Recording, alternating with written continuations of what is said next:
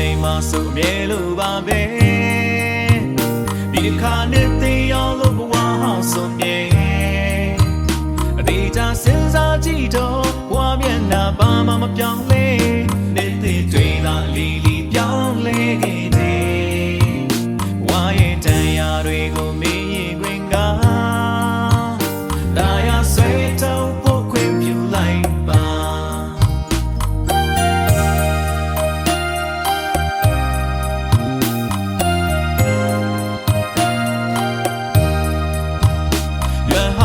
ချိန်မှဆိုအမြဲလိုပါပဲ